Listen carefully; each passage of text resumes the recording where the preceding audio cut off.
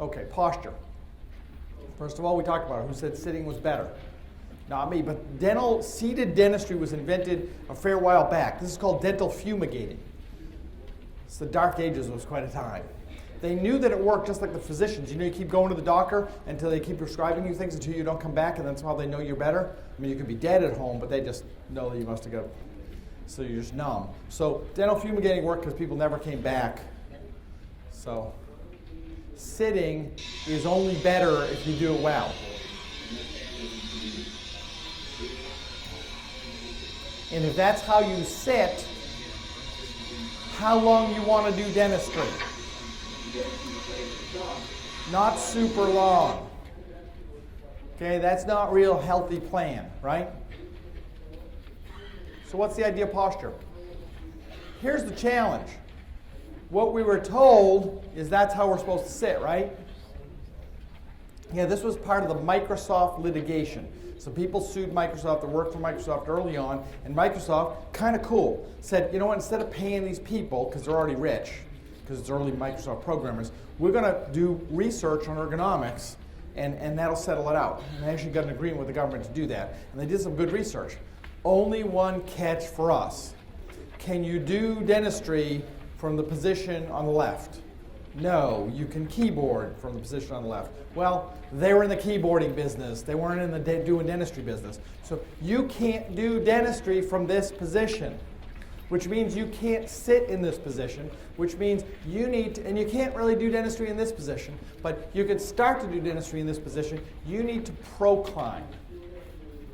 You have to procline, which tells you a couple things. First of all, your back is probably not going to be on the chair anyway, except when you're not doing dentistry.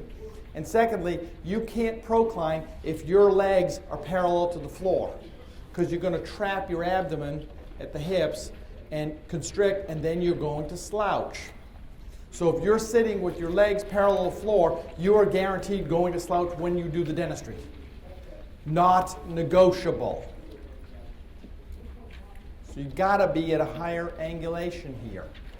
Not so you, because he's not doing dentistry there. One sec. He's not doing dentistry there. He's showing how to take a photo. When he goes to do dentistry, he's off the back and proclined here. He may be 90 degrees, but he's 90 degrees because this angle's open. Do you follow me? You must do that. Yes?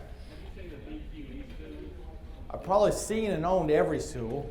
I don't know which one BQE is. I own about... Oh, yeah, tiny. The back does... Yeah, I got one. Yeah, I got one. Okay? Problem is, it's engaging you while you're proclined. So let's see how we... Can you be my victim? I'll be nice to you. Okay. Can you stand up for a sec? Just so we can show. Now, if you... Yeah, good. If you tip forward... Here's your backrest. Can you tip forward a little bit? How's that working? Now, if I put a backrest on you when you tip forward, what's that doing? It's not doing anything. It's not doing anything because it's just leaning on you. You're leaning forward. You're leaning forward. You're leaning forward. Your momentum, your weight is distributed forward. So you have contact. Now, there are some people that will thank you. Can you give her a hand? Thank you. So when we study even those stools come forward automatically, so they still stay in contact with you, but they're really not doing anything. Now, do I have backs on stools? Absolutely. I have backs on half my stools. Why? It's kind of nice when you're not doing dentistry. Kind of hang around chatting with the people. This is what people tend to do on stools. Now, he's not in a bad position. That's not natural. You're not going to stay that upright. You're just not going to do that, okay? But this is really uncomfortable on a stool like this because you're on the edge. You know, one more inch, and he's on the floor. Okay, so what are your choices? Got a bunch of choices. I mean, that doesn't work. That does not work. That, you're still going to procline. Remember, you're still going to procline? I want to do one experiment with you right now. Close your eyes. Pretend you're threading a needle. So we're going to go into vision now. Please do. Pretend you're... Thank you. Okay? No. Okay. Now you can tell which people actually threaded a needle and which people have never done it. Open your eyes, take a look where you are. So what are your loops set at? What's your focal lengths on your loops? It's like 14 inches, okay? You just threaded a needle at like 8. Okay, natural close forward focus motion. You do the same thing. And yet, when we get loops, we go down to loop people, they go like, oh, you got to like sit really upright, and we'll try to go, and I'm like an overachiever, so when I first set my loops, I was like at 18 inches. And then we get the highest magnification, so you're in a little bubble because your depth of field's like 2 centimeters. So you want to make your back hurt, that's how to make your back hurt. Okay, you want to get better, shorter focal length, greater depth of field. So I'm going to move off that. There's a whole ergonomics lecture. I can spend a whole day on that. You need to pay attention to that. I can't go into the details of that completely, okay, without really, getting some people unhappy, but it's really important. Okay, pain prevention. I'm going to break this down simply, but I'm going to give you other resources that are not me or not this lecture. Okay, here's what you don't want to do. You don't want to go ahead and strengthen muscles that are already too short. So doing crunches after doing dentistry in a slouched position all day is just shortening muscles that are already too short. The first thing that you want to do is stretch. Since this is cut off, here's a good start to this. This is Bethany Valachi. I don't know if she's been here. I think Beth is great. Posturedonics.com, that's the phone number. Okay, they will give you a free CD, which is pretty helpful. And they've got some very inexpensive stretching exercises that are very helpful for doctors. So don't go ahead and shorten short muscles. It's the last thing you want to do.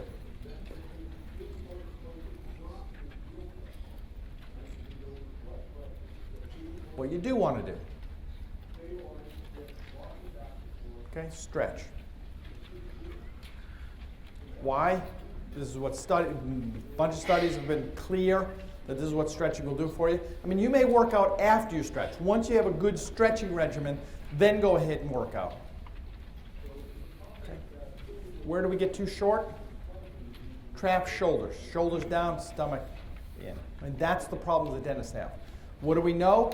We know that women are far more susceptible to musculoskeletal problems. It's a bigger issue for you than it is for me. I don't know why. Nobody does. So it's just more important for you. Okay, so weaker and weaker, tighter and tighter. That's where we tend to go. Okay, these are the muscles you want to stretch. One of the simplest things, and this is again from Posturedonics, chair side stretching guide. Chances are, I mean, you got a family, you get done with dentistry, you got to like working, getting food, getting the kids, getting them to soccer, getting them back, getting all the other stuff, and now you got to do stretching. It ain't going to happen. So one of the things that I think is realistic is you have moments in the day, even working for me, you can do this, okay, where you can go ahead and stretch. And you do that in between patients, especially for hygienists, big time, because you have a higher rep rate on doing the same things. We on the clinical side, on the operative side, have more variation. So very, very important for hygienists. Best book. Again, it's a good, simple book on the subject.